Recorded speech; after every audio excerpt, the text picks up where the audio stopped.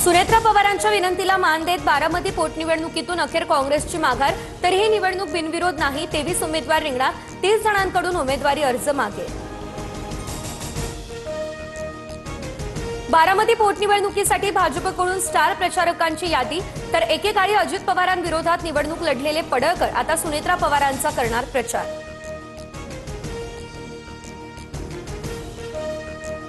राष्ट्रवादी पक्ष राहुरी पोटनिवडणूक लढवण्यावर ठाम। तर भाजपच्या अक्षय कर्डिलेंविरोधात पवारांचे उमेदवार गोविंद मुकाटे, वंचितकडून संतोष चोळके, तर 4 अपक्ष उमेदवारही रिंगणार। राज्यभरात पुढील 4 आठवडे कडाक्याचा उन्हाचा अलर्ट। मुंबईसह विदर्भ मराठवाड्यामध्ये तापमान 42 अंशांपर्यंत जाण्याचा अंदाज।